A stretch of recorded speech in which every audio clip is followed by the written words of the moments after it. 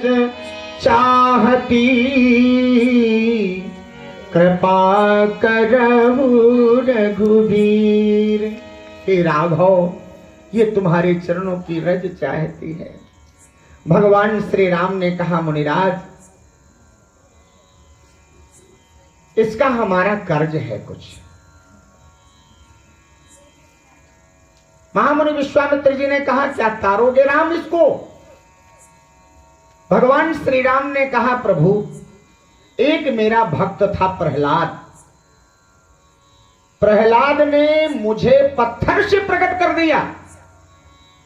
जब हिरण्याकश्यप ने कहा कि प्रहलाद बोल तेरा राम कहां, तब प्रहलाद ने कहा कि इस खंभे में मेरा राम है। हिरण्याकश्यप ने उठाया अपना वज्र और जैसे आघात किया, नरसिंह भगवान प्रकट हो। बोलिए नरसिंह भगवान की जय। नरसिंह भगवान प्रकट हो गए।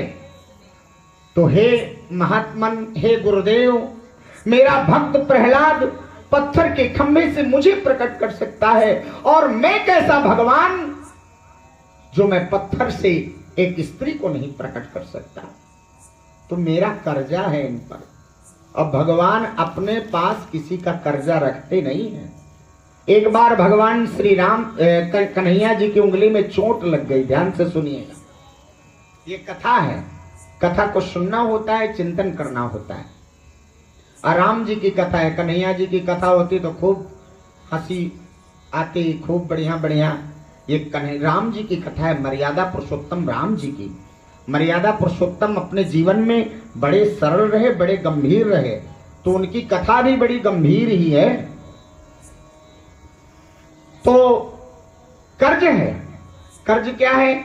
एक बार कन्हैया जी के उंगली में चोट लगी, रक्त बहने लगा।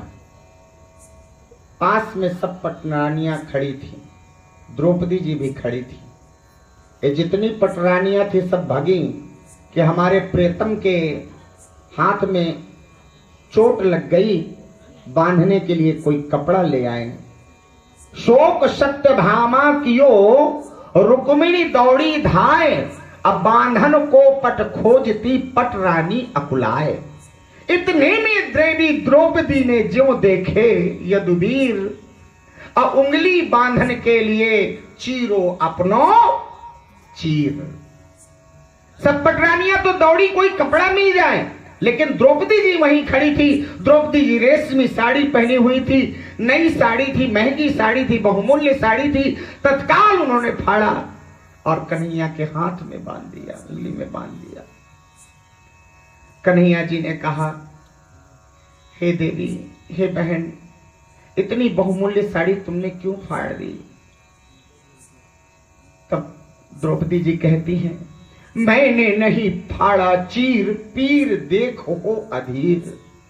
हे कन्हैया, मैंने नहीं फाड़ा, मैंने नहीं फाड़ा चीर, पीर देख हो अधीर। धागे ही स्वयं नाथ चीर छोड़ धाए हैं। मैंने नहीं फाड़ा चीर, पीर देख हो अधीर। धागे ही स्वयं नाथ चीर छोड़ भागे हैं। अब धागे वो अभागे, जो बढ़े नहीं आगे। भाग उन्हीं के जागे, जो उंगली पे लागे हैं।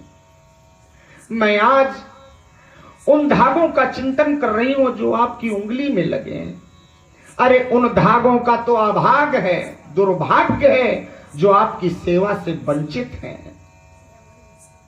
तब उस समय कन्हैया वचनबद्ध हुए कि बहन, हे द्रौपदी, आज तुमने ये धागे जो बांधे हैं, इन धागों का कर्जा है मेरे ऊपर। मैं इस कर्जे को जरूर वापस करूंगा, सूत ब्याज सहित वापस करूंगा। तभी कौरव सभा में, जब द्रौपदी की भरी सभा में साड़ी खींच रही थी, कृपाचार्य, द्रोणाचार्य, इन आचार्यों से प्रार्थना कर रही थी द्रौपदी कि कोई मेरी लाज बचा लो।